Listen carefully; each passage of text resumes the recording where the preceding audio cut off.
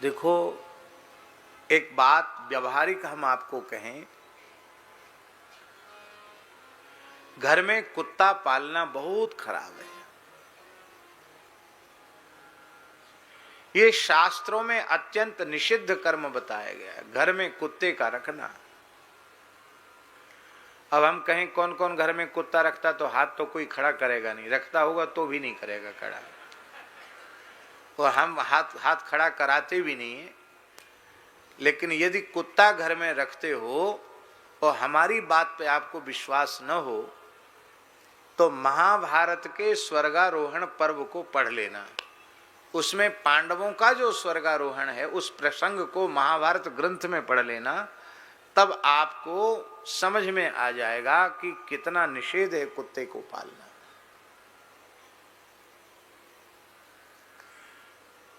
जो कुत्ते का स्पर्श करता है उसके पुण्य नष्ट हो जाते हैं। क्रोधवश नाम के राक्षस उसके संपूर्ण पुण्यों का हरण कर लेते हैं, ये महाभारत में लिखा है।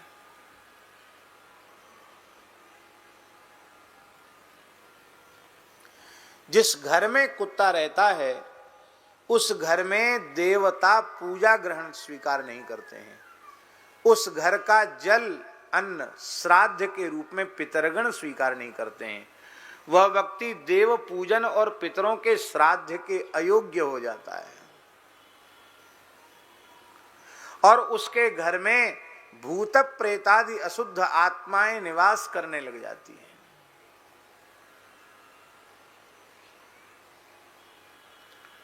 अनेक घातक रोग उत्पन्न होने लग जाते हैं।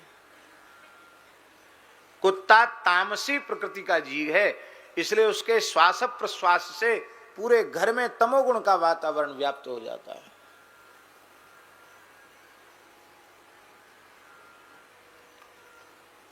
और कुत्ता बहुत प्रेम करता है तो मुंह चाटता है। आप सो जाओगे, ज्यादा प्यार करेगा, मुंह ऐसे ऐसे लगाएगा, यहां जीभ से चाटेगा। कुत्ता से मुंह छटवाना हो तो रखो कुत्ता अपने पास में। एक पुरानी कहावत है स्वामी जी महात्माओं की, कुत्ता पाले सो कुत्ता और कुत्ता मारे सो कुत्ता। कुत्ता पाले सो कुत्ता क्यों? खराब तो लोगों को बहुत लगेगी, क्या उठपटांग बोल रहे हो भाई। कुत्ता पालोगे, कुत्ता में ममता होगी, और जड़ भरत जी जैसे ज्ञानी तपस्वी मरते समय मृग में ममता हो गई तो मृग योनि में जाना पड़ा। और तुम तो वैसे भी विषयी जीव हो, कुत्ते से प्रेम करोगे तो तुमको कुत्ता जरूर बनना पड़ेगा। तो कुत्ता मारे सो कुत्ता, तुमको कुत्ता बनना पड़ेगा। कुत्ता पाले सो कुत्ता, क्यों? कुत्ते में ममता हो जाएगी, कुत्ता बनना पड़ेगा।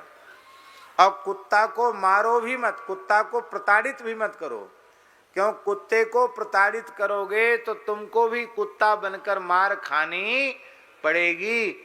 इसलिए कुत्ता पाले सो कुत्ता और कुत्ता मारे सो कुत्ता।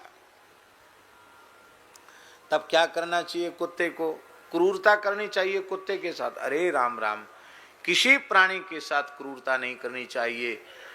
अपने घर की सबसे पहली रोटी किसकी? गाय की। और सबसे आखिरी रोटी किसकी?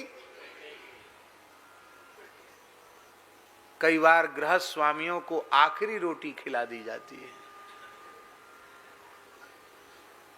ठीक है। कुत्ता को तो देने नहीं, उन्हीं को दे देते हैं। तो बेचारे जैसे कुत्ता दुम हिलाता है ऐसे ऐसे, उनकी भी घर में वही दशा होती है। खाली तवा चूल्हे से उतारना मना है, तो आखिरी मोटी रोटी परोथन के सहित रोटी बनाकर, मोटी रोटी बनाकर तब तवा को नीचे रखा जाता है। और वो रोटी इतनी बड़ी होती कि उसका प्रमाण होता कि ये कुत्ते की ही रोटी है। आपके निकट बार बार कुत्ते तो मिल जाएंगे, लेकिन गाय यदि न उपलब्ध होती हो तो एक और अच्छा प्रकार है, एक महात्मा का बताया हुआ है। माताएं घर में रोटी तो बनती सबके घर में, तो जब आटा निकले थाल परात में उसको गूंथने के लिए, उसके पहले एक कटोरा या कटोरी जितनी आपकी श्रद्धा हो उतना भर के एक पीपा में या एक टंकी में डाल दो। ये गोग्रास है। और जब वो पात्र भर जाए तो निकट में जो भी गौशाला हो वहां वह आटा पहुंचा दो, गौ माता की सानी में लग जाएगा और आपका गोग्रास हो जाएगा। एक सज्जन हमसे बोले महाराज जी आपकी कथा सुनकर हम बहुत प्रभावित हुए। सच्ची घटना सुना रहे जालान जी। और प्रभावित हुए तो हम 2 गैया ले आए, बढ़िया सुंदर देसी गैया, और खूब प्रेम से सेवा करने लगे। पर महाराज दोनों गाय बीमार हो गई।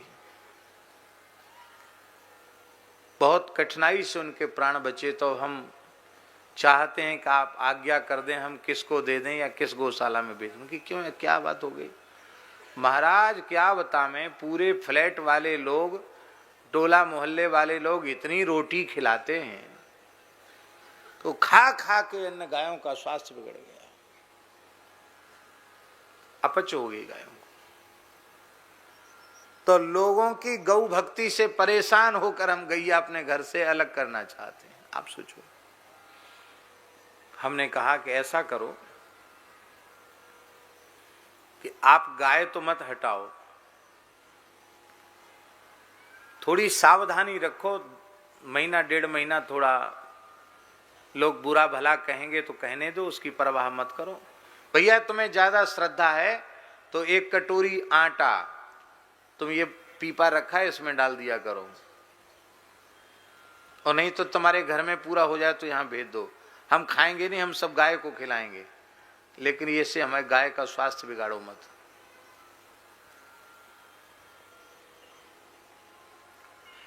कार्तिक सुदी अष्टमी गोपाष्टमी को गौशालाओं में प्रायः गायें बीमार हो जाती।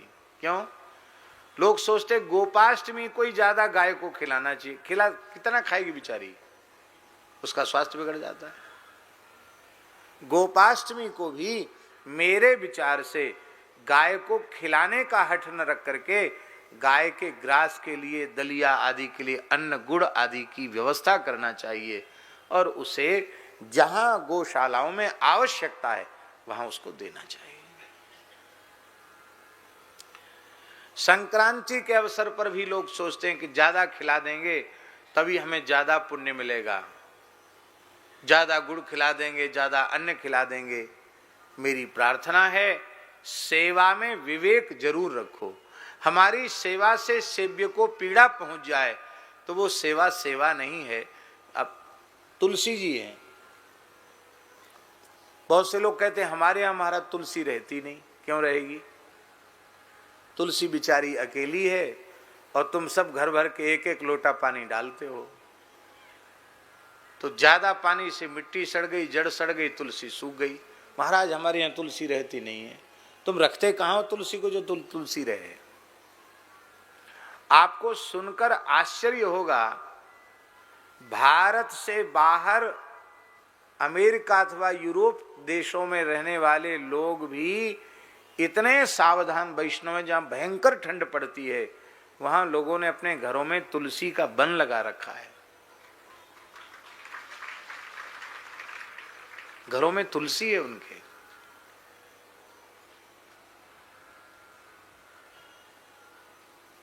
हमारे एक डॉक्टर साहब हैं, मलुकपीठ के शरणागत हैं, कैंसर के बहुत बड़े डॉक्टर हैं अमेरिका में। वो कहते महाराज वृंदावन के लोग तुलसी नहीं रख पाते सर्दी में, हमारे यहाँ सर्दी में यहाँ से कई गुनी ज्यादा सर्दी है और हमारे यहाँ तुलसी कभी नहीं जाती। क्यों? उसको सर्दी के प्रभाव को रोक करके बल्ब आदि जलाकर जितनी गर्मी वृक्ष को चाहिए उतनी गर्मी दे करके, और जितनी मात्रा में उसे जल चाहिए उतनी मात्रा में ही उसे जल देकर हम सुरक्षित रखते हैं और खूब तुलसी चढ़ाते हैं भगवान को। सेवा में विवेक रखना चाहिए, सावधानी रहनी चाहिए। बोलो भक्तवत्सल भगवान की जय। इसलिए कुत्ते को रोटी देना जरूर। लिखा है श्याम और शवल नाम के 2 कुत्ते हैं नरक में, क्या नाम है उनका? एक का नाम है श्याम और एक का नाम है शवल। ये दोनों कुत्ते आदि कुतिया, उसका नाम है शर्मा। वो ब्राह्मण वाला शर्मा नहीं, वो तो तालब्य शकार से और ऊपर रेफ होता है शर्मा। यह है सरमा, स दंत सकार पूरा रा और फिर मां, सरमा। शर्मा नाम की देवताओं की कुतिया है, उसके दो बालक हैं, एक का नाम है श्याम और दूसरे का नाम है शवल। जो लोग अपने जीवन में आखिरी रोटी कुत्ते को नहीं देते हैं, कुत्ते को भी नहीं खिलाते हैं, वो श्याम और शवल नाम के कुत्ते नरक के रास्ते में रहते हैं। और आपने नहीं कुत्ते को रोटी दी तो उतना मांस जितना उनके हक में है, उतना मांस अपनी दाढ़ों से नोच कर खा जाते हैं। इसलिए कुत्ते को भी टुकड़ा देना, कुत्ते पर भी दया करना, ये सनातन धर्म है। पर कुत्ते को घर में घुसाना, कुत्ते को छूना, कुत्ते को पालना, ये अच्छा नहीं है।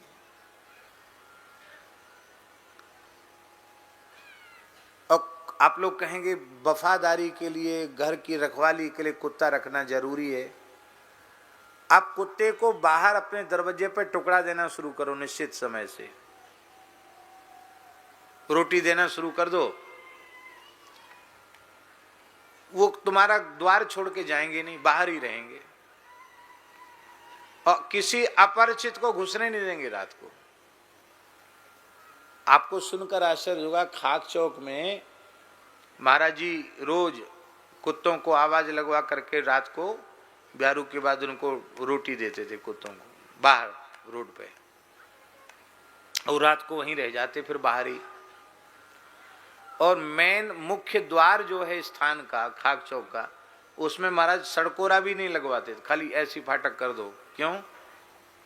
कहते हमारे पहरेदार बैठे हैं, किसी की हिम्मत है जो घुस जाए। हाँ, जिसको आना होगा वो आवाज लगाएगा सीताराम राधे श्याम, तब कोई जाएगा, तब आएंगे, नहीं किसी की हिम्मत नहीं जो घुस जाए भीतर। कोई कुत्ता पालते थे क्या? इसलिए कुत्ते पर भी दया करो, कुत्ते को भी टुकड़ा दो। अब लोगों ने गाय को रोटी देना भी बंद कर दिया, कुत्ते को देना भी बंद कर दिया, उससे हानि होती है। कुत्ते को भी दो। हम कुत्ते का हमारे यहाँ एक प्रेमी हैं विजय कंजानी जी, राकेश जी जानते हैं उनको बढ़िया से, कई लोग यहाँ जानते होंगे। हमारे एक कथा में उन्होंने सुना, बोले महाराज जी कुत्ता को रोटी तो लोग बिल्कुल नहीं देते हैं, हम कि तुम देना शुरू करो। तो उन्होंने योजना शुरू किया, अब वो चल भी रही होगी, भगवान जाने कितनी चल रही है, कुत्ते को रोटी देने की योजना। और तमाम लोग कुत्ते को रोटी भी। तो गाय को ग्रास तो मिल ही रहा है, आखिरी बचा हुआ गाय को, सब गायों को रोटी मिलती है। हमारे अनंत दास बाबा 125 किलो आटे की रोटी रोज गायों को खिलाते हैं। उनमें 40 किलो आटे की रोटी तो मलुकपीठ गौशाला में और 40 किलो आटे की रोटी जड़खोर गोदाम में और गोरे दाऊ जी में भी। लगभग 1.25 क्विंटल आटे की रोटी रोज खिलाते हैं, नियम है उनका। कोरोना के समय तो अपने हाथ से बना के खिलाते थे, तो लगातार उनका नियम चल रहा है। इसी तरह से कुत्तों को भी टुकड़ा दिया जा सकता है। बहुत ध्यान से सुने, कुत्ता उच्छिष्ट का भी अधिकारी है, किंतु गाय उच्छिष्ट की अधिकारिणी नहीं है। गाय को जूठा खिलाना बहुत पाप है, गाय को जूठा नहीं खिलाना चाहिए, गाय को धोवन नहीं खिलाना चाहिए। गाय क्यों? गाय पूज्या है, हमारी आराध्या है, उपास्या है, तो हम गाय को जूठा खिलावें ये अच्छी बात नहीं है। गाय को जूठा खिलाना नहीं चाहिए और गाय का जूठा खाना भी नहीं चाहिए। गाय का जूठा नहीं खाना चाहिए, शास्त्रों में निषेध है गाय का जूठा खाना। गाय को खिलाओ पर उसका खाया हुआ बचा हुआ मत खाओ, पर अपना खाया हुआ बचा हुआ गाय को मत दो, गोग्रास अर्पित करो। तो माताएं कृष्ण बलराम को छूना नहीं। अब बालक कभी छू जाते तो, गांव में तो हमने देखा है, कहते सोने के पानी से नहवा दो। क्या? सोने के पानी से नहवा दो। सोने का पानी क्या? माताओं के हाथ में सोने की अंगूठी होती है, एक लोटा पानी ऐसे डाल के ऐसे ऐसे नहवा देती थी, बचपन में हमने देखा। कुत्ता छुआ नहीं, छोटे बच्चे तो क्या जाने किसको छूना किसको नहीं छूना। कुत्ता छुआ नहीं कि तुरंत एक लोटा पानी लेके आई माताएं, ऐसे डाल दिया ऊपर से।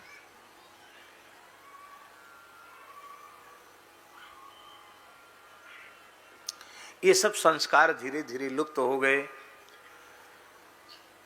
तो कुत्तों के पास जाने से रोकती हैं, कुत्ता काट लेगा। और महाराज जी कहते हैं अस्सी, अस्सी माने तलवार, तलवार भी उठा लेते हैं कृष्ण बलराम और तलवार से खेलने लग जाते हैं। माताएं हाथ से तलवार छीन लेती हैं। अस्सी भी लिखा है, अस्सी माने तलवार। क्यों? श्री नंदराय जी ग्वारिया हैं, राजा हैं, ब्रजराज हैं, तो राजा के ढाल तलवार धनुष बाण सब होता है। श्री नंद बाबा बड़े वीर भी हैं, केवल ग्वारिया नहीं है, बड़े लड़ाके हैं, बड़े वीर हैं। आपको हमारी बात पे भरोसा न हो तो गर्ग संहिता उठाकर देख लेना, जहां बाबा ने युद्ध भी किए।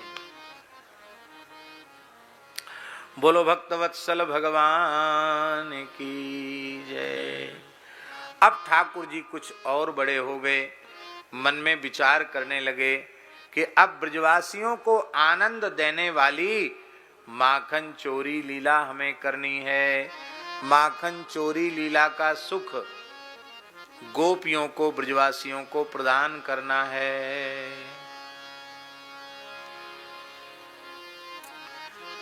अब मैं माखन चोरी लीला करूंगा गोपिन के घर में जाए के, तो गोपी तो वह झांकी को दर्शन करके आनंदित तो होएंगी ही, पर हमारी मैया जब गोपिन के द्वारा हमारी माखन चोरी लीलान को श्रवण करेगी तो मैया बिचारी कल्प में लग जाएगी कि हमें लाला की लीला देखने के लिए नहीं मिली।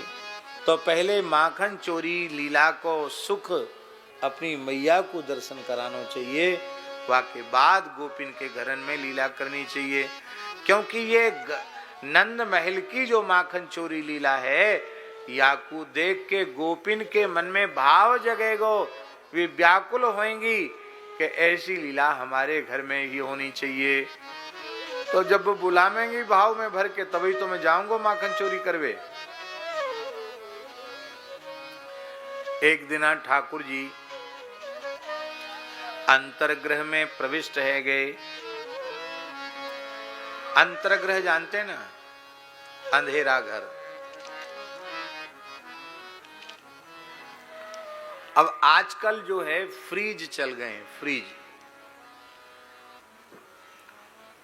अभी हमें पता नहीं, यही बता रहे थे, कौन आप बता रहे थे, कौन बता रहे थे, यही बता रहे थे लोग सूरत में ही कि वो पैक भोजन आता है, हैं? आप बता रहे थे पैक भोजन आता है और वो 6 महीने तक चलता है। उसको गर्म पानी में डालो तो सब गरम गरम तैयार हो जाता है, हैं? क्या बोलते हैं? प्रोजन। आप लोग समझ गए होंगे, हम अंग्रेजी आती नहीं समझ में। कौन सा शब्द कहा? फ्रोजन। प्रोजन। फ्रोजन, फा से फ्रोजन। फ्रोजन, अच्छा। कितनी उन्नति की है मनुष्य ने कि ताजा भोजन उसके भाग्य से वंचित हो गया। एक दिन बना के 6-6 महीना खाते हैं, इससे बड़ी उन्नति और मनुष्य की क्या हो सकती है। कहाँ श्रीमद् भगवत गीता में भगवान तामसी भोजन गिनाते समय क्या बोल रहे हैं? यात यामम गत रसम पूति पर्युषितम चयत उच्छिष्टमपि चामेध्यम तामसम परिकीर्तितम भोजनम तामस प्रियम।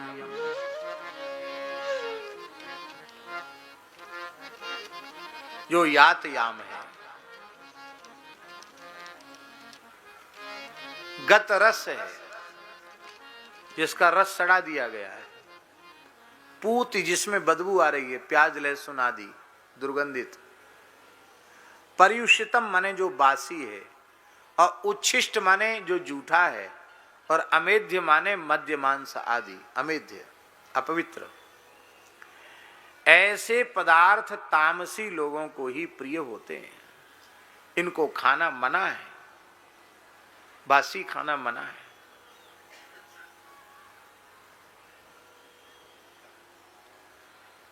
लोग इतने इतने पुराना बासी खाते हैं।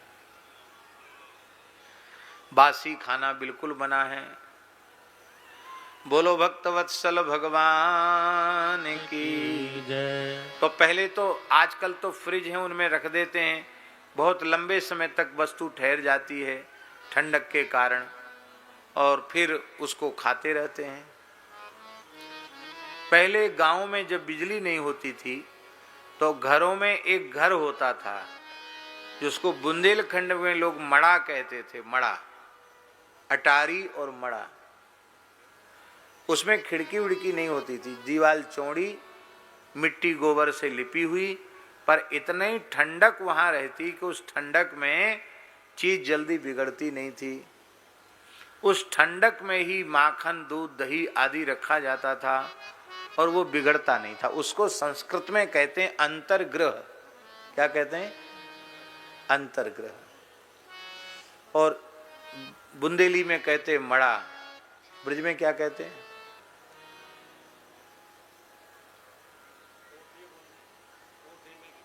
हाँ, कोठरी तो ठीक है, कोठरी तो सब खड़ी हिंदी में को, लेकिन पुराना शब्द जरूर कोई ना कोई होएगा ब्रज भाषा को। अब धीरे धीरे पुराने शब्द लुप्त रह रहे हैं। तय खाना अलग चीज है कि वो बेसमेंट हो गया, तय खाना अलग चीज हो गई। अंतर्ग्रह, तो अंतर्ग्रह में अंधेरे घर में बाहर की धूप ताप नहीं आवे तो वहां ठंडक रहती है। तो उस अंधेरे घर में बाल कृष्ण प्रभु प्रविष्ट भये। इनको दीपक की टार्च की जरूरत नहीं है, क्योंकि इनको श्री अंग ही दीपक है। जितने अंधेरे में जाएं उतना अधिक प्रकाशमान इनको श्रीअंग है जाए। श्रीअंग से दिव्य प्रकाश निकल रहा है, दिव्य कांति श्रीअंग से निकल रही है। बड़ी सुंदर शोभा भगवान की हो रही है। और भगवान ने उसको